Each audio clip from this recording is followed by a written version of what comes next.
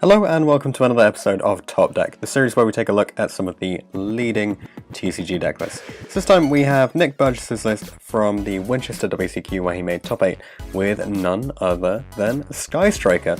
So looking at this list, you can see that it does focus on the hand trap side of things, which is fairly, normal given the current state of the format, where you have a lot of control decks with a large number of hand traps, and you have a lot of combo decks in order to try and beat those down.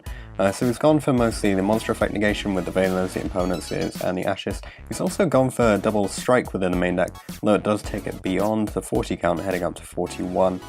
An interesting thing here as well, he's got the double Eagle booster. It does have that extra utility in the Orcus matchup because you don't just auto lose to the Azathoth, but then in general you don't tend to auto lose to that anyway. It's just you get an extra resource if you can take out the Azathoth from being a problem. Triple multi-roll here in order to maximize utility, and the double terraforming to go with the triple field spell as well, and then just sort of versatile spell utility within the main deck. For the extra deck, double Kana is probably a little bit more out there. I mean, I don't know what the typical ratio of this is that we've seen, because there haven't been an awful lot of Sky Striker lists that we've seen up recently, but running double of this isn't too much of a problem. It's actually probably quite good in that you can actually stop your opponent from killing you, and then potentially follow up with a play that will actually take out your opponent, since this is a deck that maximizes damage by taking the opposing monsters anyway. Then the sort of more unusual stuff in the extra deck is the Drago Stapelia and the Violet Chimera, and these are just your super poly targets.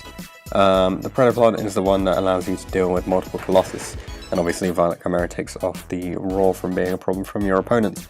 Apart from that, just the general Sky Striker utility, only 2 Hayate in here actually, but then otherwise fairly standard stuff. Always got the Borosword and Phoenix Unicorn just to have maximum outs and the ability to OTK fairly rapidly. For the side deck, a lot of side decks are going for this sort of 9-card lineup of the Pankratops, Droll, and Twisters that we see in just whole bunches of different decks, especially control decks like this and Salamangrates are just playing those. But then he's gone for double DD Crow, and triple there can be only one, as the additional sided cards. Floodgates are always pretty nice, and there can be only one is actually a really good one that you can have in this deck and then just remove by using your multi-rolls or your area zeros. So there's a lot of removal for that as well, and it doesn't lock down your spells, which is always pretty nice too. So moving on to the siding strategy then, obviously for Salamangrate, the most important matchup. When going first, he's putting in the triple there can be only one. It's just a complete blowout in this match because they can't make big enough monsters to be able to take the game. But as a result, he's taking out 1 upstart and double impermanence, because after you set up those floodgates, then you don't really need to negate anything anymore. For going second, he's still putting in the there can be only ones. In general, the deck will struggle to OTK off a single monster. If you flip up the floodgate when they're trying to go for the OTK, then they get completely wrecked by it, and you probably have enough negation and disruption that you can actually just take the game from there. For the mirror match, going first and second, he's putting in the Twisters and the DD Crows. You can potentially remove and engage, which can be really big when they attempt to Kikari it back, because they're so reliant on the fact that they're getting another search off it since you haven't drolled or ashed them. And Twisters, obviously, you just blow up so much back row that you put yourself in a massive advantage there.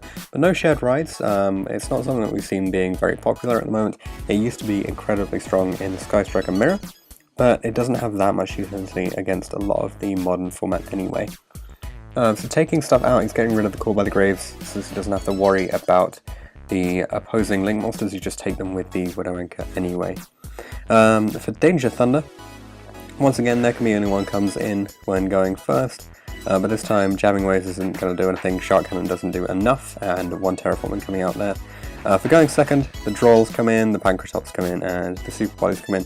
You can potentially disrupt their entire plays by just resolving a Super Poly at the right point, so that seems pretty understandable there. For the Danger Orcus deck, going first, putting in the DD Crows, because if you do stop the Orcus play, you generally win. They just have to commit so many cards, like they might be committing 1 or 2 cards, 2 or 3 cards at least, just to getting that Mermaid off. At which point, if you can hit them with a DD Crow to stop the full Orcus combo, you can generally win from there. And then for going second, DD Crows, because you need to be able to stop the dangers. The draws to stop the dangers, and DD Crows again to stop the main combo. For Sub-Terror, so more of a stunning deck. Once again, we're seeing the Twisters and the Pancratops coming in. First and second siding is exactly the same, because a point that I make on a few videos is that if you face a slower deck, you tend to be able to, or at least something we see is very common, is that going first and going second siding strategies are identical for a slower deck, just because you're using your cards to the same utility.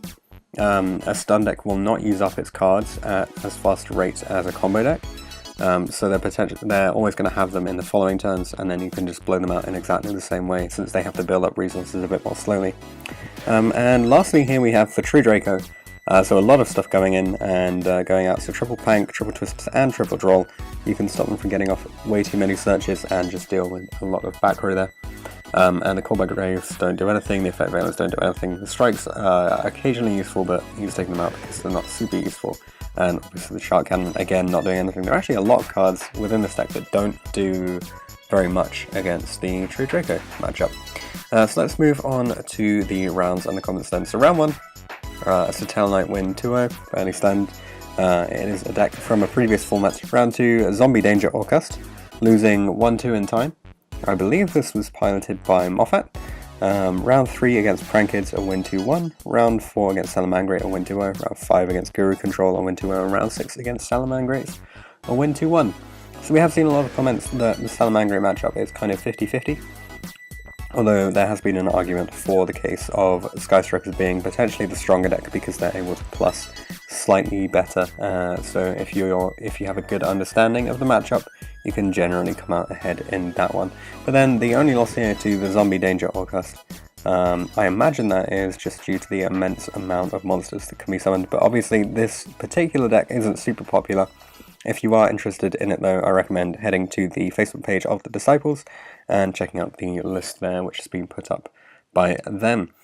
So on to the additional questions. As always, just asked how the event was overall. He said it was pretty good. It finished really early, which is quite nice. As for why he decided to play this deck, he's been testing a few different ones, including Salamangreat, but he didn't like the idea of playing the Mirror, so he wanted to play a deck which doesn't auto-lose to Sanctum and also doesn't lose to Azathoth. So obviously you can just normal summon your Ray and then tag into Kugari during the opposing turn in order to play around the Sanctum there. Striker fulfills this whilst having a very strong matchup overall against a lot of other decks, and it can grind pretty well versus Salamangreats. He wanted a pretty decent amount of hand traps for this build in order to stop the Gazelle and the combo decks, but anything more than 8 and the deck really starts to brick. He also wanted a trap in the deck in order to make playing under Kaiju a bit better, and Striker is very strong versus Salamangreat and Striker anyway. He personally feels that Eagle Booster is far too insane of a card to not run at multiples, and he wanted to have this set every turn with 3 spells engraved. So having only 1 means that you can't really multi-roll it and keep going from there. He would play the Topologic Bomber Dragon if he wasn't playing the Super Poly, but it did make his decision for the extra deck a little bit tighter. He decided fairly early that he didn't like Super Poly in the Salamangreat matchup, so it was basically only for the Thunder Dragon matchup, which he didn't see unfortunately, so he would definitely cut it from the list now.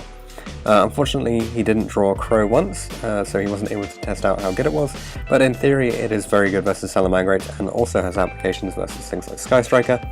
Caught by the Grave also overperformed recently. It's been really versatile and very good versus things like Salamangreat.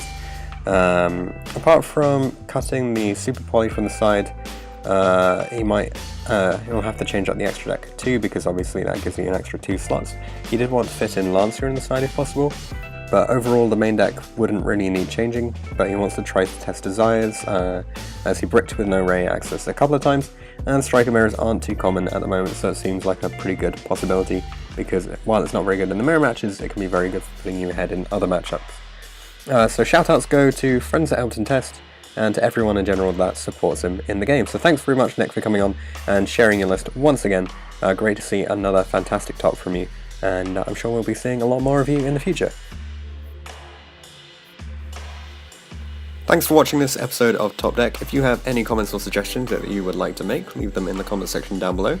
Check out the description for details of how you can get involved in this series. You can enter by voice interview, or instead you could just send all of your information over Facebook Messenger. Anything like that will be absolutely fine.